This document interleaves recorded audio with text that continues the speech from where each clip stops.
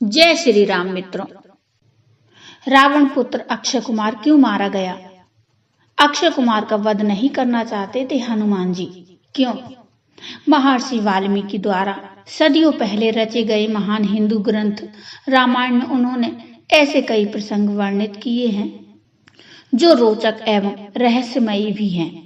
भगवान विष्णु की 7वें अवतार श्री राम का जन्म, माता सीता का स्वयंवर, प्रभु श्री राम के साथ माता सीता का अयोध्या आना, उनका वनवास तथा अंत में लंकापति रावण को पराजित कर फिर वापस अयोध्या नगरी लौटना, यह सभी प्रसंग प्रसिद्ध एवं रोचक हैं जिन्हें हम वर्षों से सुनते आ रहे हैं।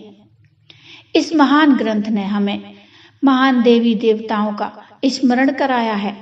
रामायण ग्रंथ के प्रत्येक प्रसंग को महर्षि वाल्मीकि ने घटना अनुसार विस्तारित किया है, परंतु कुछ प्रसंग ऐसे हैं जिन्हें वे ही लोग जानते हैं जिन्होंने पूर्ण रूप से इस ग्रंथ का एक एक पाठ पढ़ा हो। श्री राम जी का जीवन, माता सीता के साथ उनका स्नेह, दानव राजा रावण का अंत, यह सभी प्रसंग हमने बखूबी गंभीरता से पढ़े होंगे, लेकिन एक प्रसंग ऐसा है जिसे जानकर आप भी दंग रह जाएंगे। यह है रामायण में वर्णित लंकापति रावण के सबसे छोटे पुत्र अक्षय कुमार का वध।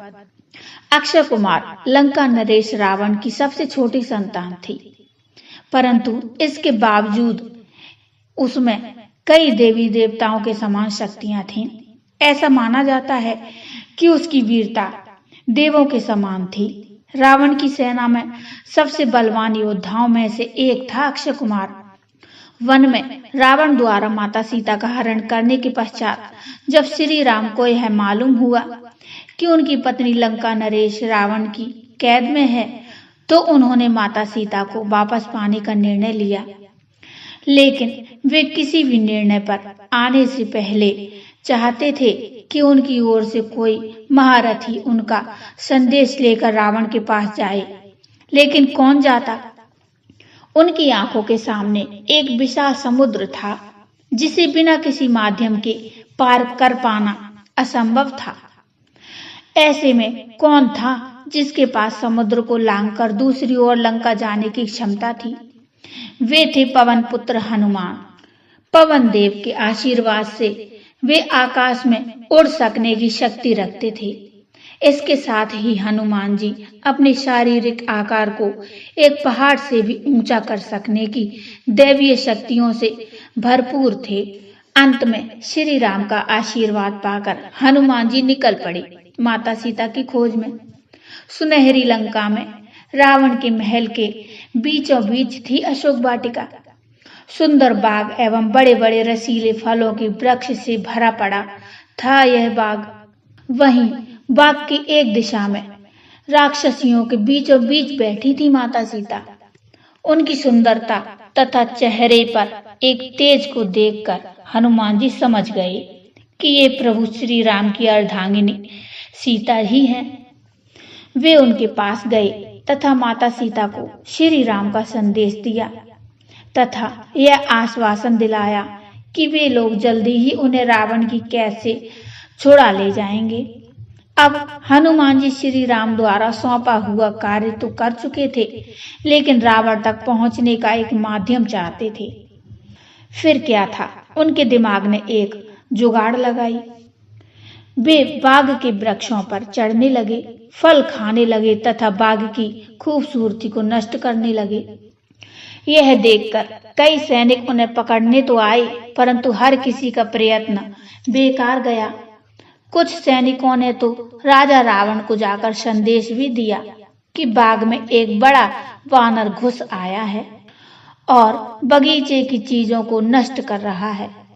तब रावण ने अपने सैनिकों को उसे पकड़ लाने का आदेश दिया, पर हनुमान जी किसी सैनिक की पकड़ में कहाँ आने वाले थे।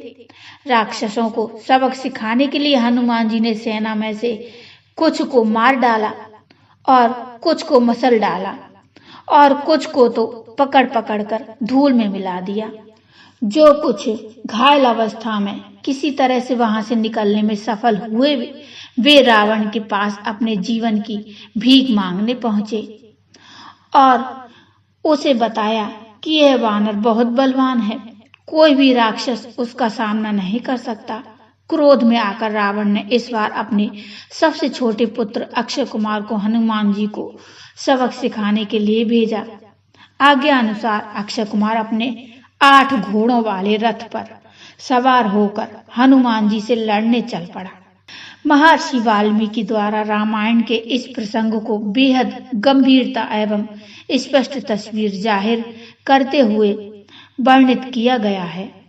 वे बताते हैं कि रावण पुत्र अक्षय कुमार अपने पिता की आज्ञा अनुसार हनुमान जी का वध करने के लिए उनके सामने जैसे ही आया, तब हनुमान जी ने एक बड़ा सा वृक्ष उसके सामने फेंकते हुए उसे युद्ध करने के लिए ललकारा।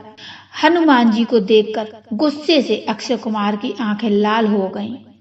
युद्ध आरंभ करते हुए उसने हनुमान जी पर कई बाण छोड़े, लेकिन उनका हनुमान जी पर कोई असर नहीं हुआ, परंतु वह फिर भी बाण छोड़ता चला गया।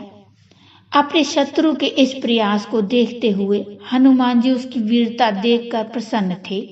खुद को शत्रु के बाणों से बचाते हुए हनुमान जी मन ही मन खुद से एक सवाल पूछ रहे थे।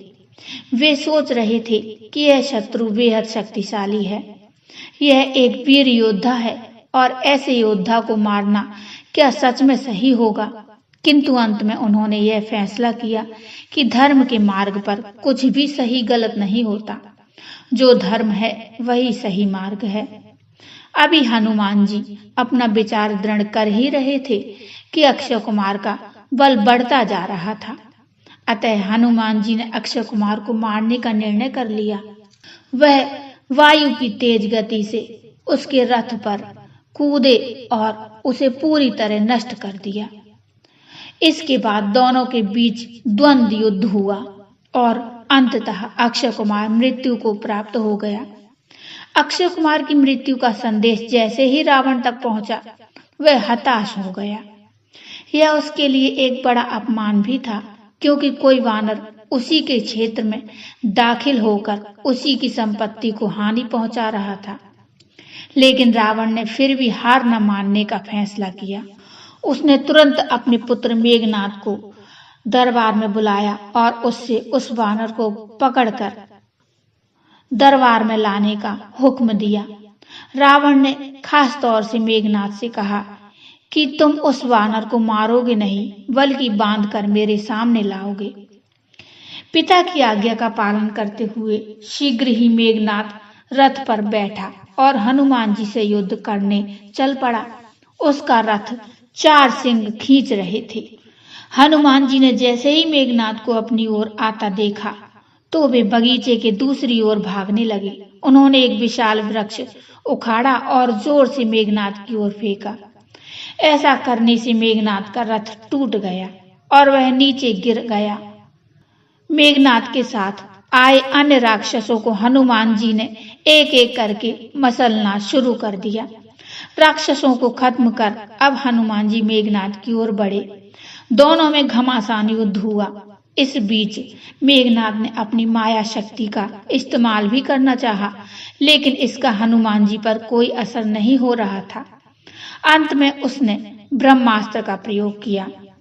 तब हनुमान जी ने मन में विचार किया कि यदि ब्रह्मास्त्र को नहीं मानता हूं तो उसकी अपार महिमा मिट जाएगी।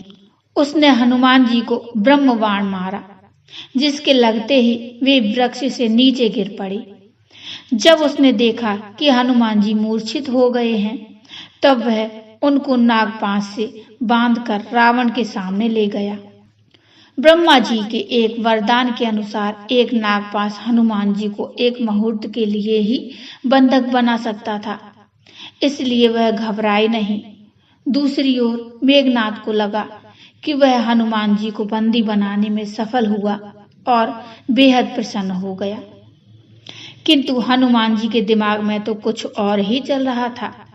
वे लंका तो गए थे, किंतु लंका का दहन करने के लिए और इससे अच्छा अवसर उन्हें शायद ही प्राप्त होता। अंत में भारी संख्या में सैनिकों की कड़ी सुरक्षा होते हुए भी हनुमान जी लंका दहन कर वहां से वापस लौट आए। तो बोलो जय श्री राम, जय हनुमान।